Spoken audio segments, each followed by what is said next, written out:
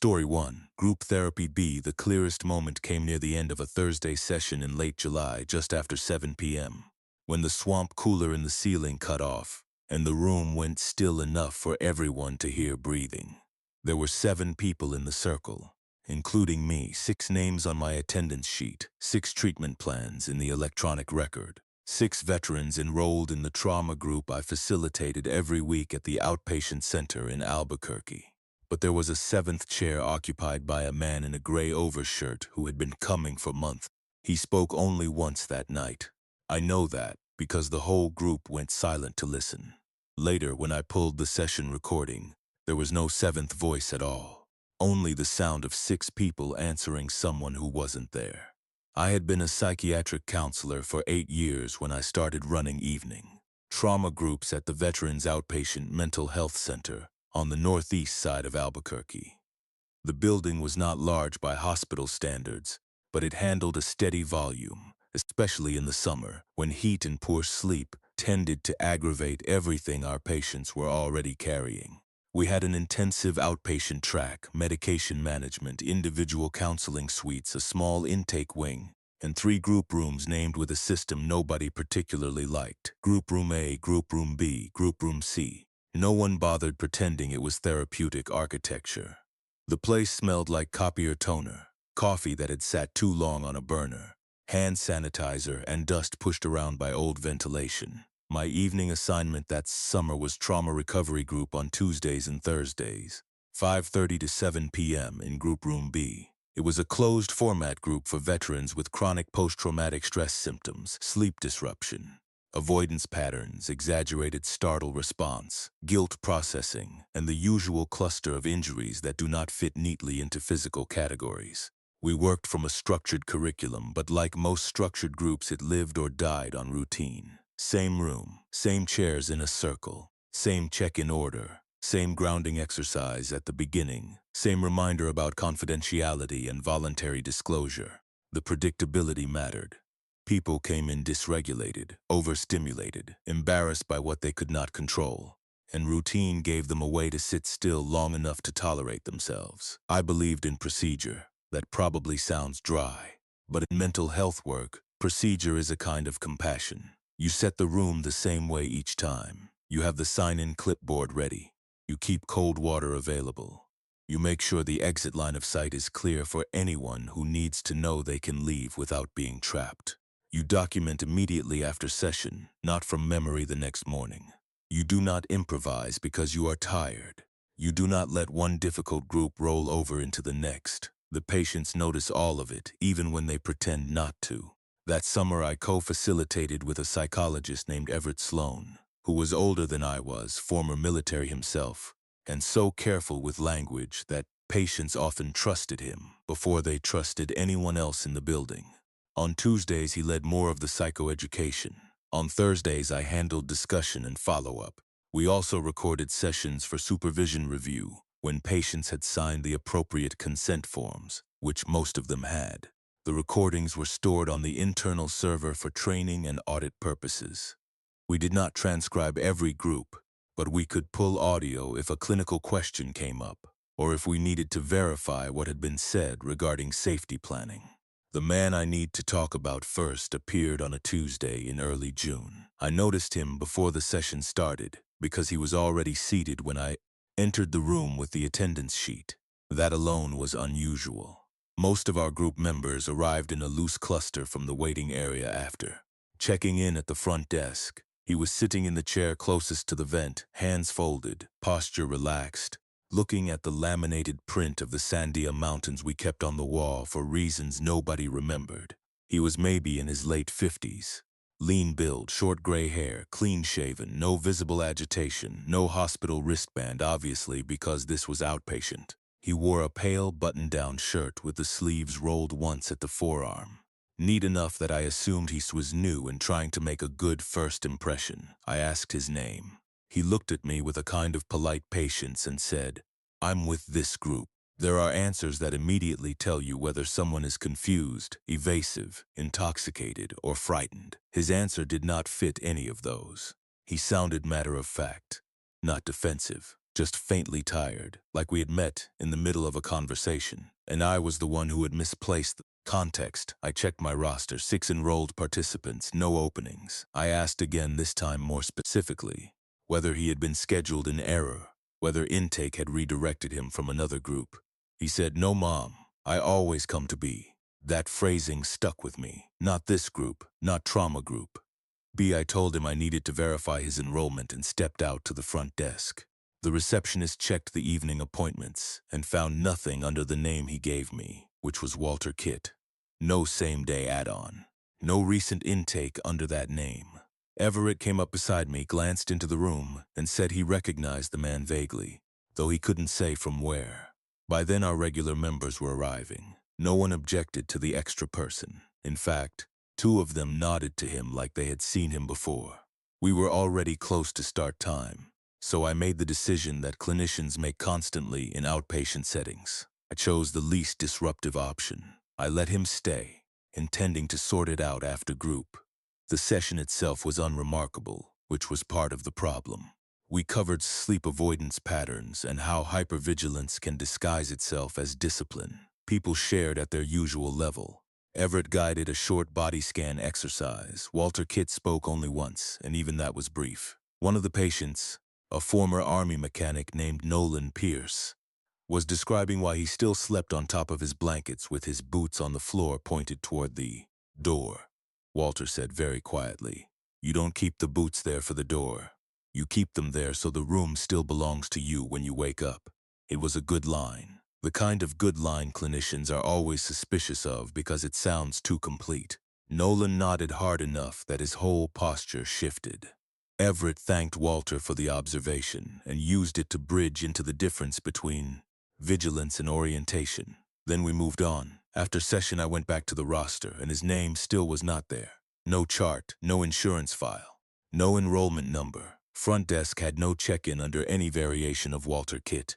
I assumed he had given me a false name and that I would sort it out next time. 2 days later, he was back in the same chair. That was when I began paying closer attention. The practical details are important here. Group Room B had a fixed number of stackable chairs, but I usually set out 8, 6 for enrolled members, 1 for the co-facilitator, 1 spare in case of a late add-on, a support staff observer, or a patient who could not tolerate sitting shoulder to shoulder. Walter always took the chair nearest the vent before anyone else entered. He never signed the paper clipboard.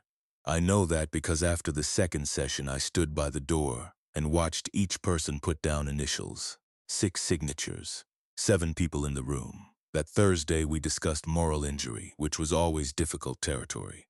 The group was quieter than usual, not resistant exactly, just careful. People tended to become formal when they were close to saying something true. At one point, a Marine Corps veteran named Edwin Hales rubbed both palms on his jeans and said he sometimes felt as if the worst part of his deployment had happened just outside of memory, like he could feel the shape of it but not the event itself. There was a pause. Then Walter, still looking at the floor, said, "That's because you remember the perimeter first." Everyone in the circle turned toward him. I wrote that down. I remember writing it because the phrasing was clinically useful. It described a phenomenon several patients in that group had struggled to articulate: preserved vigilance around a traumatic memory without direct access to the central event. We spent almost 20 minutes on it. Everett asked follow-up questions. Nolan added something about remembering roads but not destinations. Another participant described hearing engines without recalling where he had been. It was one of the more productive segments we had that month.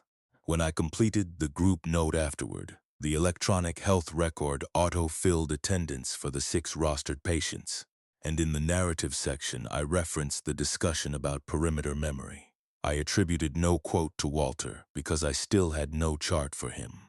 I intended to add an administrative note about the unidentified participant. The next morning I opened the finalized note to correct a typographical error and found a sentence I had not knowingly typed.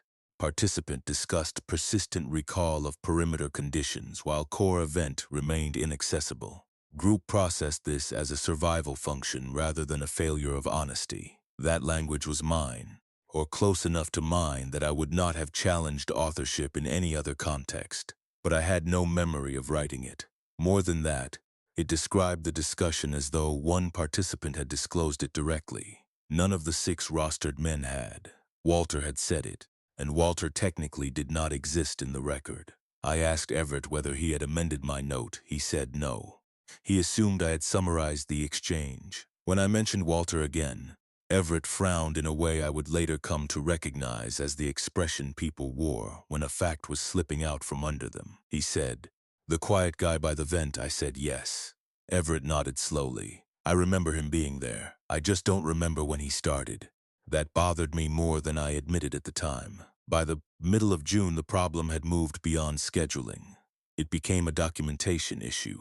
Then it became a memory issue. Walter attended every session, not almost every session. Every session, he never arrived late, never left early, never disrupted the room. He was not charismatic. He did not dominate. If anything, he spoke less than most group members. But whenever he did speak, the discussion reorganized itself around whatever he had said, and afterward the patients remembered those moments vividly. Everett and I did too, at least for an hour or two. Then the details began to blur, not entirely, just enough to become slippery. One Tuesday, after a discussion of startle response and grocery store avoidance, I noted that Walter had described hearing refrigeration units in supermarkets as though they were trying to maintain a condition rather than a temperature. I remembered the room becoming very quiet after he said it. I remembered a patient laughing once, sharply, because the observation felt too accurate. Later that night, when I reviewed the audio to confirm a separate safety statement from Nolan, I found no such comment. Walter's chair scraped once, someone coughed. Then Everett began speaking about sensory triggers. There was no 7th voice. The next day, 2 patients referenced Walter's supermarket comment in individual check-ins. One said, "What he said last night about the cooling units made sense. It's like the whole place is holding its breath." Another said, "I didn't know other people got that feeling until the guy in group brought it up. I did what clinicians do when the strange presence is the plausible. I documented the patient reports and moved on. But by then I had started keeping a legal pad in my desk separate from the chart, where I wrote down every instance involving Walter, date, session theme, who acknowledged him, what I believed he had said, whether the recording contained it, whether attendance reflected it. I did this because I wanted to prove to myself that the pattern had a normal explanation, a clerical error, suggestibility, a quirk in audio capture, some mildly embarrassing lapse in my own concentration that I could correct by being more disciplined. Instead, the pattern widened. In early July, I pulled prior quarters of group therapy B documentation to compare attendance trends. I expected to find nothing.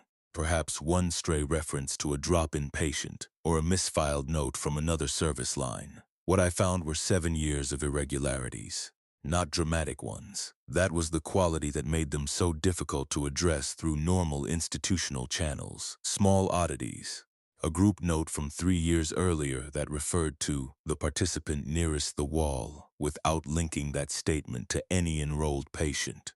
A progress summary from the year before that mentioned a recurring disclosure regarding transport sounds, which could not be found in the attached session recording. A supervision memo from a clinician who had since transferred to Phoenix, noting that group therapy B had persistent discrepancies between subjective session recall and retrievable audio content. The memo had been closed with no action needed. I went farther back, paper records, then scanned records, then archived materials from when the center still used a different scheduling software. Same room, same time block, different clinicians, different patients, identical seam running through the documentation, an extra presence just beyond procedural capture. One of the archived notes used language that made the back of my neck go cold. It was 12 years old, written by a counselor named Dana Ivers, and it read, "Group again responded at length to participant statement not retrievable on playback. Recommendation remains unchanged. Do not rely on memory alone when documenting B." I stared at that sentence for a long time. The next morning I called Dana Ivers at her new clinic in Arizona. I expected a polite refusal or no response. Instead, she took the call, listened without interrupting, and asked me one question before I had finished explaining. Does he still sit by the vent? I remember not speaking for several seconds. Then I said yes. Dana exhaled very slowly. Gray shirt when it's warm, darker one when it's cold? I said yes again. She asked whether I had ever managed to get him into the schedule. I told her no. Dana was quiet for a moment. Then she said, "You're going to think I'm avoiding the question, but I'm not. Stop trying to identify him by name. That never holds. Keep contemporaneous notes on paper, not just in the system. And if you start finding your own phrasing in old documentation, take leave." I asked her what that meant. She said it means you called me at the same point I called the person before me. Then she told me she had to go. I sat at my desk with the receiver in my hand for several seconds after the line went dead. That was the point where I should probably have escalated formally. Risk management, compliance, supervision. But if you have worked in behavioral health long enough, you know how quickly an anomaly gets flattened by committee language. Incomplete recollection becomes a communication issue. Repeated discrepancy becomes a workflow concern. The strange gets translated into the manageable, and once that happens, nobody sees it anymore. I was not ready to lose sight of what I was seeing, so I kept watching. Late July brought monsoon weather, dust in the afternoons, sudden rain in the evenings. The parking lot would go from shimmering heat to black reflective pavement in 20 minutes. On the Thursday I mentioned in the hook, Everett was out sick, so I ran the group alone. I almost canceled, but the patients were already in the waiting room. And cancellation tends to land as abandonment in populations for whom routine is hard won. I took them back myself, 6 names on the sheet, 6 signatures. Walter already seated by the vent. I had done something different that evening. I had removed the spare chair. There were only 7 chairs in the room total. 1 for me and 6 for the enrolled patients, no extras. I counted them twice before unlocking the door. I am telling you that because I know what the easy explanation sounds like. I know how this would read in a file review. Counselor miscounted, counselor fatigued, counselor allowed anxiety to distort a trivial room setup, so I counted twice. When the group settled, Walter was in the chair by the vent anyway. No one remarked on it. That was almost worse than if they had. Nolan tossed him a quick glance of recognition. Edwin shifted his knees to make space as if someone had passed in front of him. The room accepted Walter, the way water accepts a stone, dropped carefully into it. I began with the grounding script and moved into check-in. The discussion drifted toward holidays, not because it was near any major one, but because trauma groups tend to operate on associative logic rather than calendar logic. Someone mentioned fireworks. Someone else mentioned roadside flares. Edwin talked about refusing family barbecues because the smell of lighter fluid made his jaw lock. The room got tight. Not unsafe, but compressed. That familiar sensation when everyone is leaning inward without intending to. Then Walter spoke. He said, "You all keep remembering the event as if you arrived after yourselves. It is possible those were not the exact words. They are the words I wrote down in my paper notebook within seconds. I remember them because the phrasing was so wrong and so clinically precise at the same time. Arrived after yourselves, every patient in that room reacted, not with confusion, with recognition."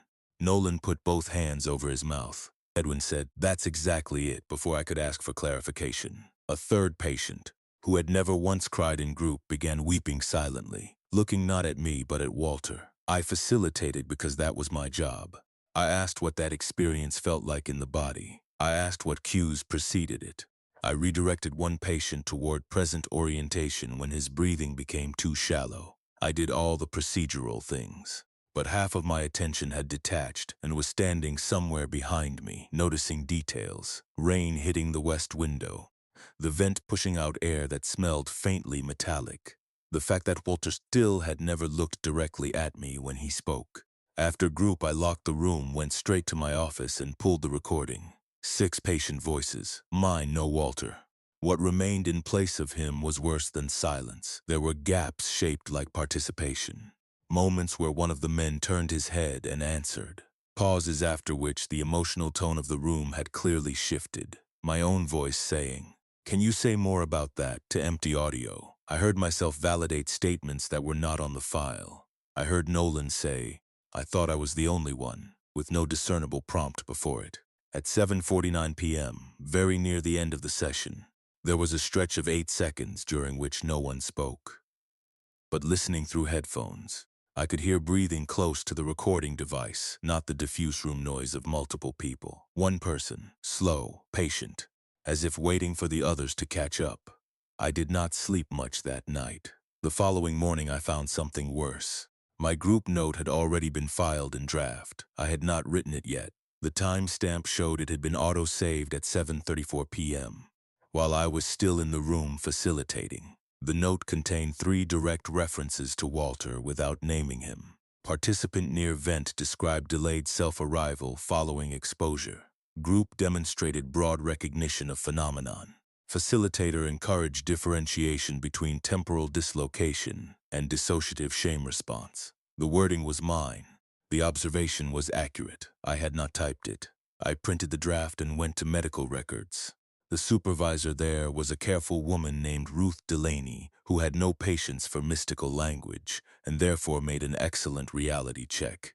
I asked whether the system had ever pre-populated narrative notes from prior templates. She said not like that. Drop-down phrasing, yes. Full contextual sentences, no. I showed her the draft. She reviewed the audit trail. No other user had accessed it. Then she said, "Why does this sentence look familiar?" She pointed to the line about delayed self-arrival. I asked what she meant. Ruth got up, went to the back room, and returned with a paper file from archives. She laid it on her desk and opened to a group note from 11 years earlier. Different clinician, different patients. Same. Participant near vent described delayed self-arrival following exposure. I felt something in my chest go cold in a very physical way. Ruth looked at me for a long moment and said, "I think you need to talk to your supervisor." Instead, I went back to the archive room. By then, I knew roughly what I was looking for. Not Walter's name. Dana had been right about that. Names did not hold. What held was position, the chair by the vent, the unrostered presence, the response without source. I spent 3 hours with old charts, staff memos, supervision notes, and session summaries from Group Therapy B. Enough of a pattern emerged that even stripped of interpretation, it should have triggered institutional concern years earlier. Clinicians described the same participant with minor variation but unmistakable continuity. Older male, quiet, often present during high disclosure sessions, rarely captured in records except as relational effect. Patients referred to him later in treatment as if he had provided crucial language for experiences they themselves could not generate. Multiple clinicians reported an unnerving sense that the group remembered more than the recording contained. 2 had written private memos to themselves that were never formally filed. Both contained some version of the same warning. Do not let the room tell you it was full if the paperwork says otherwise. And then I found the note that changed everything. It was in a supervision packet from 4 years earlier. The clinician's name on the cover sheet was not mine. The date was from a full year before I had been hired by that center. Yet halfway through the packet, in the margin of a photocopied group outline, someone had handwritten a sentence in my own phrasing, not similar, mine. I knew the construction. I knew the way I looped the letter Y when I wrote quickly. The sentence read, "Stop redirecting him. He is the only one saying it in order." I was standing alone in records when I saw that. Fluorescent light overhead, air conditioner rattling, the paper slightly warm from the copy room next door. I remember every sensory detail because they were all trying very kindly to keep me located inside a reality that had started behaving like a transcription error. I took the packet to my office and locked the door. There are many noble descriptions of counseling work, but one of the less glamorous truths is that we are constantly deciding which version of a thing is most useful to believe. We work with memory, but not as historians. We work with recall as it affects function. Did the nightmare happen, or is the nightmare the shape the nervous system gave something else? Did the words matter, or the physiological response to the words? The work depends on a certain flexibility. What happened in Group Therapy B was like that flexibility being turned against me. I requested leave the next week. Officially, I cited exhaustion and accumulated overtime. Unofficially, I could no longer tolerate the room. Before I left, I ran one final session with Everett back in the chair beside me. Walter attended, of course he did. Midway through check-in, Everett asked a patient to clarify a phrase about convoy spacing, and then paused, frowning slightly, as if listening to a second speaker. He turned toward the vent and said, "That only makes sense if you're placing the witness outside the event."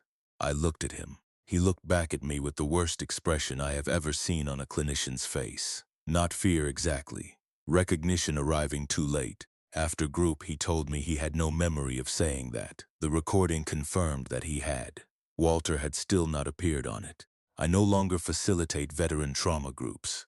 I transferred to individual work, then to assessment, and eventually out of that service line entirely. The center still exists. Group Room B is still on the schedule, though the program name has changed. Every once in a while, a former patient from that summer sends a portal message or mentions during an unrelated appointment something the quiet man said in group. They never agree on his name. They all remember his place in the circle. The last time I checked, the training server still held a folder of old audio files from Group Therapy B. I do not listen to them anymore. There is nothing useful in hearing a room answer questions that were never recorded. And there is something worse in the pauses. If you listen too long, the silence begins to sound organized, the way a person sounds when he is waiting courteously for you to finish speaking, before he tells the room what actually happened. For a while after that summer, I told myself the danger in psychiatric work was assuming too much meaning in fragmented evidence. I no longer think that. I think the greater danger may be the opposite.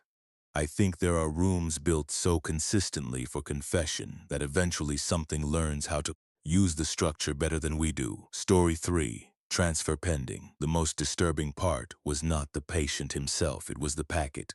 Thanksgiving morning, just after 8 a.m. While most of the administrative wing at the forensic hospital sat dark and half-staffed under a cold, Portland rain, I opened the pending transfer file for a man who had supposedly been waiting nearly 30 years to leave our facility. The cover sheet was current, the legal review was current, the receiving facility field was blank, as it had been for years. But the supporting documents behind it were mine. My employment physical, my graduate school transcript, my emergency contact form.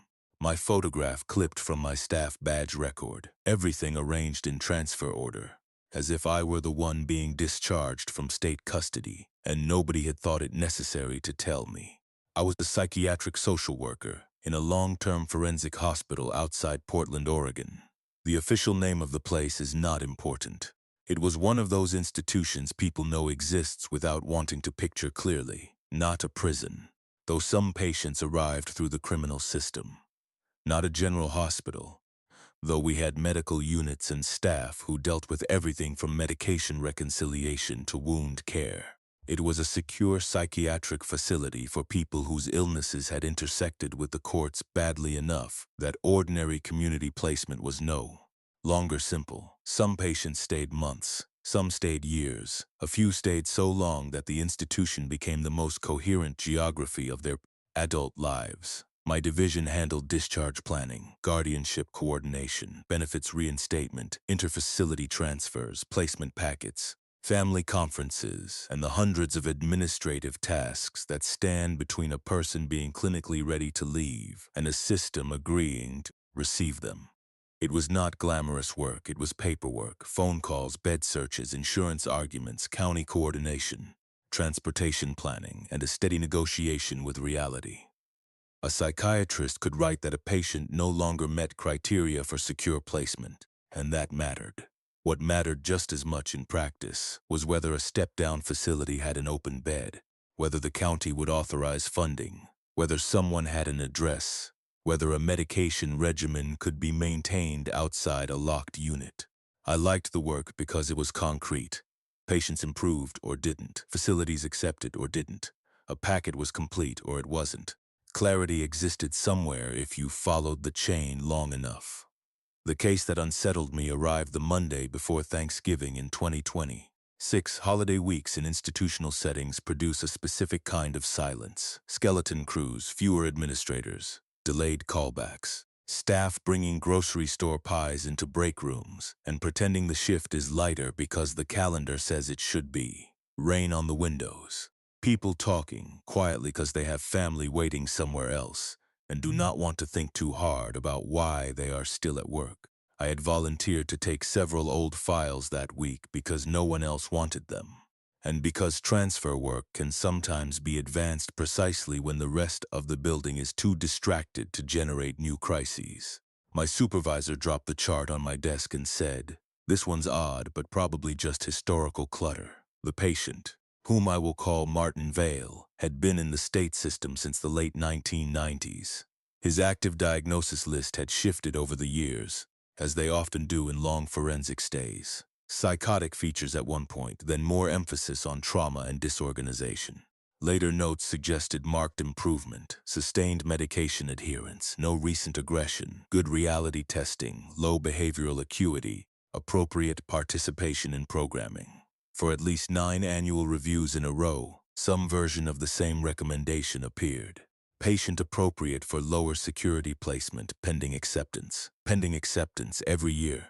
Nearly 30 years. That alone was unusual. Not impossible. Systems fail people in repetitive ways all the time. I have seen patients wait years for a bed because nobody wanted the liability. Profile. What made Martin's case strange was how complete the supporting work appeared to be. Packets had been sent repeatedly. Multiple facilities had apparently reviewed him. There were records of phone calls, denials, reconsiderations, resubmissions, legal consults, transportation planning drafts, even provisional transfer dates that had come and gone without explanation. On paper, the case looked active. In outcome, it had gone nowhere. I expected a difficult patient, someone guarded, volatile, manipulative, or clinically fragile enough that every receiving facility eventually got cold feet. Instead, I met Martin Vale in Unit Cedar, where he was sitting at a dayroom table with a paperback novel and a cup of weak hospital coffee. He stood when I introduced myself. Middle height, narrow shoulders, plain face in the way some faces are plain until you look too long and realize the features fit together a little too neatly, like an identification sketch rather than a person. He was older than I expected, but not old enough for the length of his stay to sit comfortably. Maybe late 50s in appearance, maybe early 60s, clean clothes, trim nails, calm eye contact, appropriate speech rate. No obvious thought disorder. He knew who I was before I told him. "You're taking over the transfer file," he said. That did not surprise me much. Patients talk. Staff names travel through units. I said yes and explained that I would be reviewing the history to see whether there was any way to move the process forward before year's end. Martin smiled very slightly. "They always say that near the holidays." Again, not remarkable. Long-term patients know the rhythms of institutions better than new staff do. I asked what he understood about the current barrier. He said, "No one agrees on who's leaving."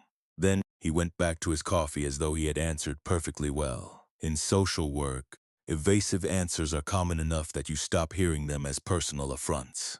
I redirected, asked about his goals for placement, whether he had preferences regarding county, facility type, shared housing versus supervised apartment, closer access to transit, any relatives in the Willamette Valley he wished to be near. He answered politely and vaguely. Quiet setting, access to books, somewhere with windows that opened if possible.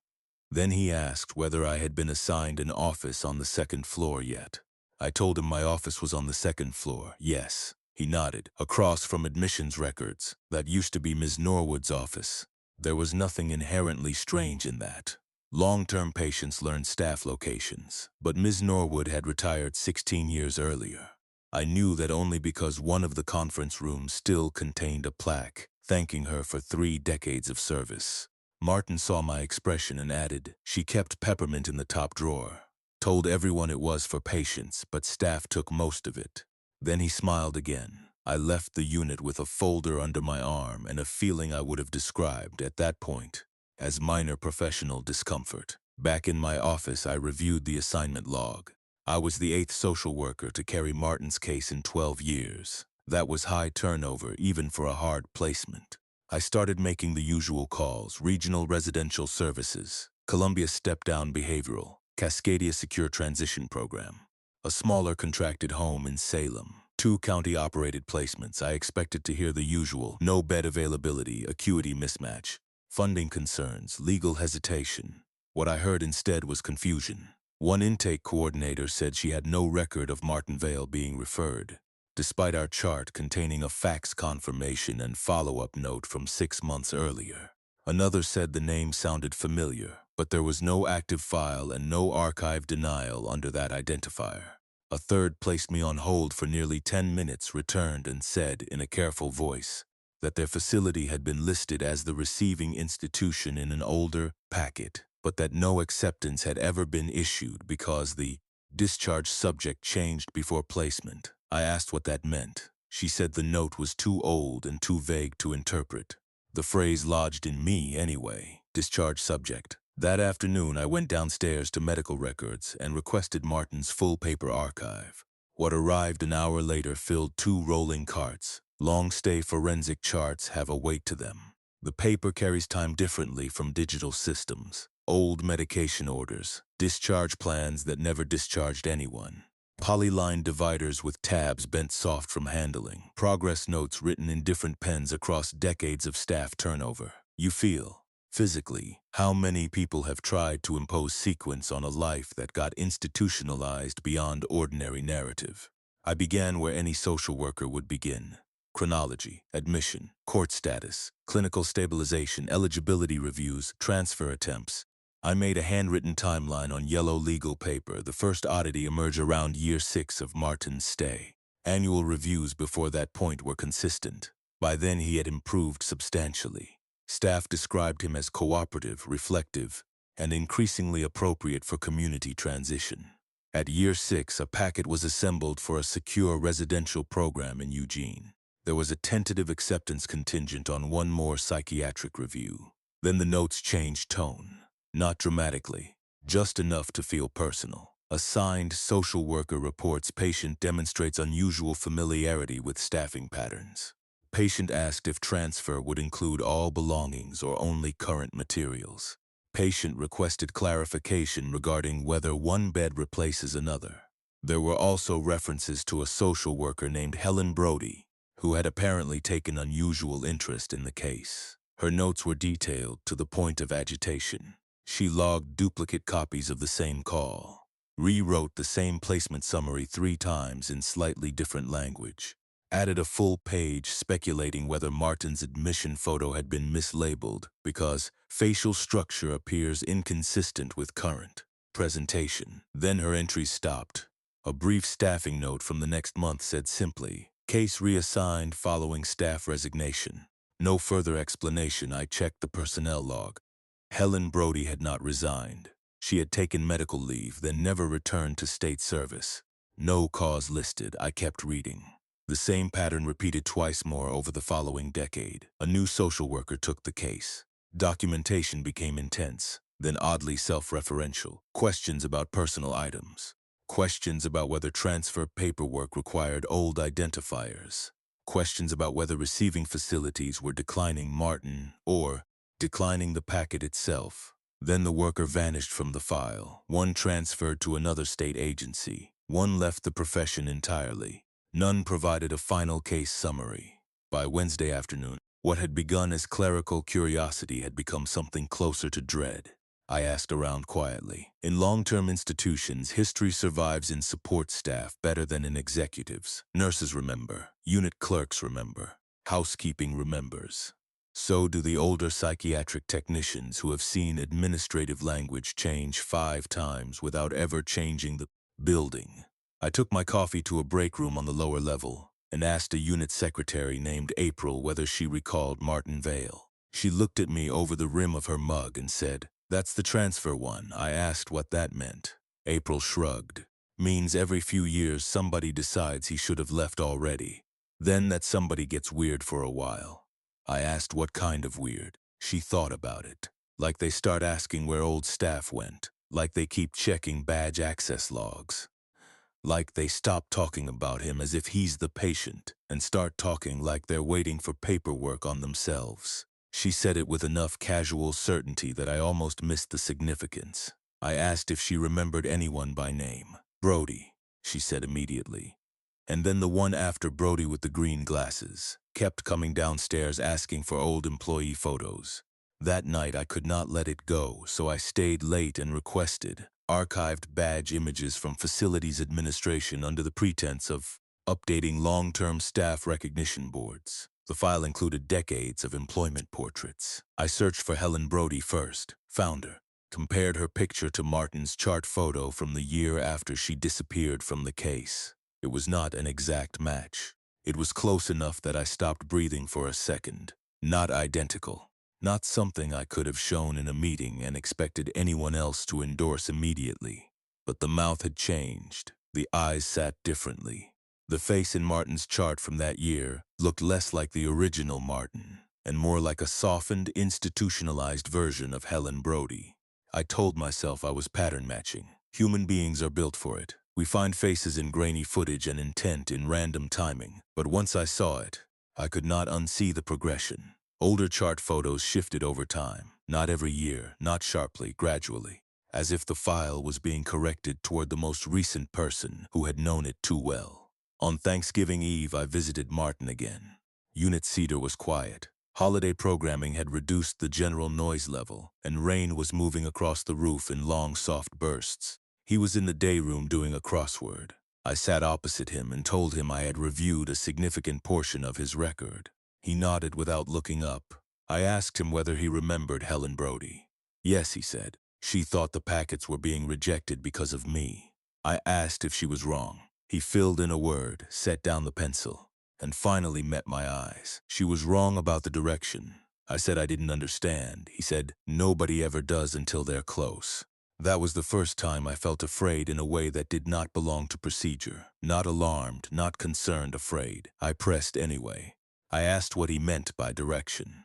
I asked why every annual review concluded he was appropriate for discharge but no transfer occurred. I asked why previous social workers had become fixated on his case. Martin thought about that as though he were deciding how much orientation I could tolerate. Then he said, the hospital does not keep people. It keeps roles, patient, staff, observer, escort. When one of those wears thin, paperwork finds a replacement. He said it calmly. No grandiosity, no disorganization. If anything, he sounded mildly apologetic. I told him that was not how institutions worked. He smiled the way patients sometimes smile when they know a clinician is saying something technically correct and practically useless. Of course it is, he said. You just call it succession planning when it behaves. I left the unit and went directly to the basement records room, where older legal packets were stored in acid-free boxes marked with fading barcodes. I stayed there until nearly midnight, reading under fluorescent lights that buzzed loudly enough to feel like pressure inside the skull. I found old transfer binders, some never fully filed. More than one contained mismatched supporting documents. A tuberculosis screening from a staff employee clipped behind a patient medication list. A benefits application in the wrong name. A passport-style photo paper-clipped where a census face sheet should have been. Each error individually explainable. Together, they formed a pattern I could no longer interpret as sloppiness. Then, in a transfer packet assembled 11 years earlier, I found a checklist with 3 boxes at the bottom. Clinical readiness confirmed, receiving bed confirmed, identity continuity confirmed. The first box was checked, the second was blank. The third had been checked once, then scratched through so hard the paper tore. I took that sheet upstairs with me. When I badged into the second-floor administrative wing, the reader flashed red. Access denied. That happens sometimes with credential updates, but my badge had worked 30 minutes earlier. I tried again. Red light. I went down to security. The officer on duty scanned the card and frowned. He said the badge was active but assigned to a different profile than the one showing on my face. He laughed after saying it, because it sounded absurd, and tried to override the door manually. The override failed too. He told me to come back Friday when information services would be staffed more fully. I said I needed my office that night. He apologized, then suggested I use the vacant consult room on the patient services corridor instead. That corridor door opened for my badge immediately. I worked from the consult room until 2 in the morning, surrounded by laminated calming posters and a faint smell of disinfectant from the nearby medication room. I called 2 retired employees from numbers I found in the archive directory. One did not answer. The other, a former unit director named Paul Wren, answered on the third ring and became very quiet when I mentioned Martin Vale. He asked whether the file had reached me before or after the holiday. I said before. He made a low sound in his throat that I can still hear. He told me something I have never put in an official statement, because there is no form built to receive it. He said that once every several years, someone in discharge planning became convinced Martin's case represented an ordinary administrative failure that persistence could solve. That person would begin tracing the file. They would find discrepancies. They would stop trusting the electronic record and move into paper archives. They would start comparing staff history to patient history. Then one of two things happened. Either they left quickly, or they stayed long enough for the case to reconcile. I asked him what reconcile meant. He said, "It means the patient becomes easier to place on paper and harder to identify in person." I asked whether Martin Vale was even the original patient attached to the file. Paul answered immediately. No, I asked who he was. Paul said, "At this stage that is the wrong question." Then he told me to go home and not take any paper with me. I already had 3 files in my bag. Thanksgiving morning I came in early because I wanted 1 uninterrupted hour before the reduced holiday staff began circulating. Rain washed the windows gray. The building sounded hollow. Somewhere far off, a unit television was playing a parade. I made coffee in the administrative kitchenette, sat down at my desk, and opened Martin's active transfer packet. That was when I found my own documents filed in discharge order. Not copies accidentally mixed in, not one stray sheet, a coherent packet. My medical clearance, my fingerprint verification, my staff immunization record, my photograph.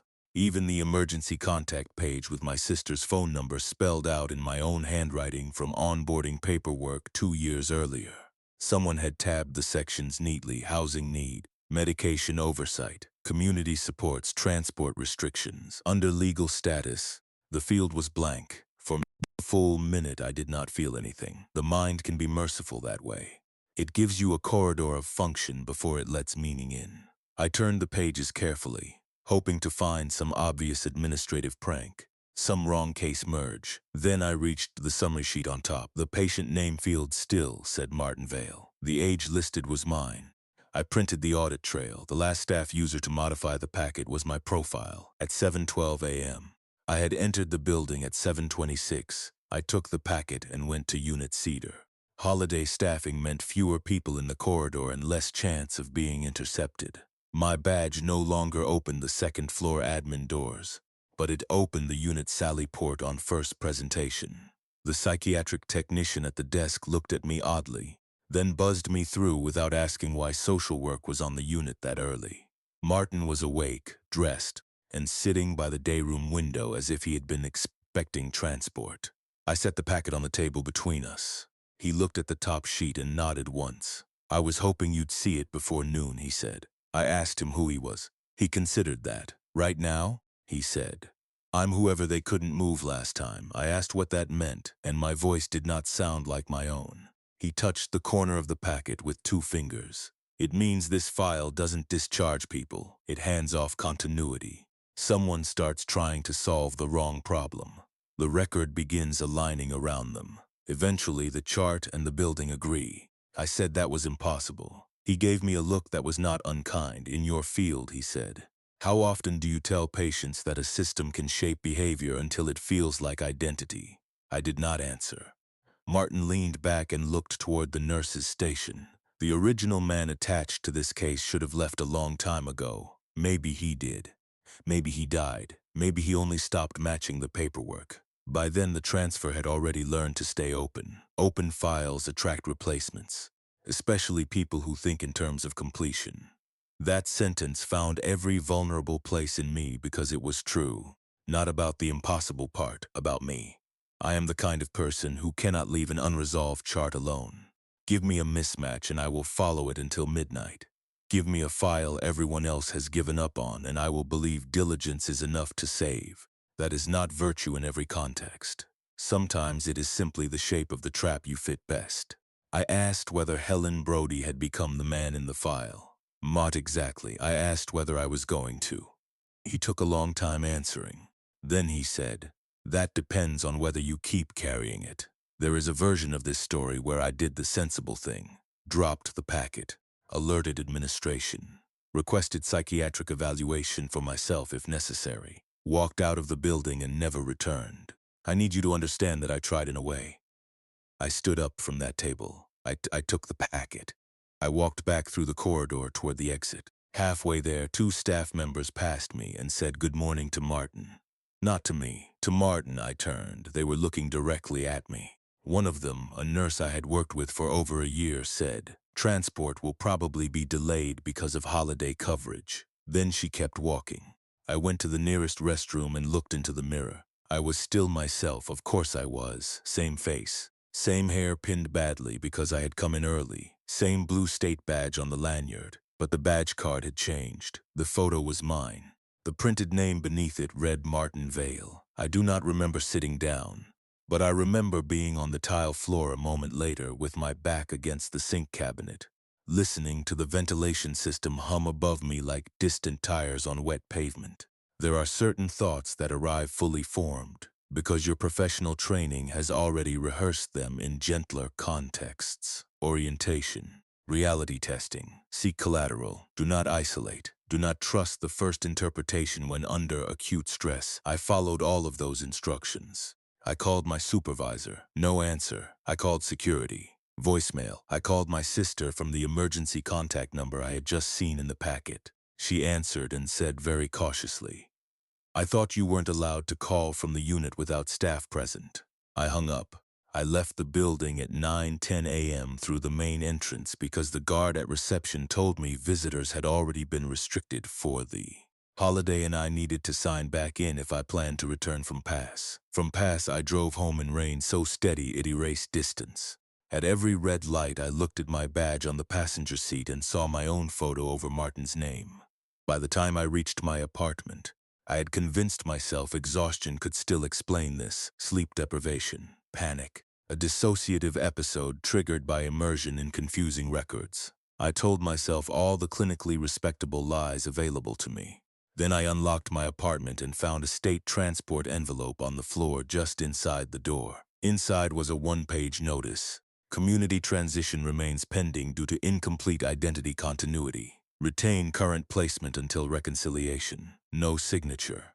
No department header. Just my apartment address in the windowed envelope, and beneath it a patient named Martin Vale. I did not go back after that day. Officially, I am on extended medical leave. Unofficially, I am not certain what record I occupy now. My staff credentials stopped functioning in state systems within a week.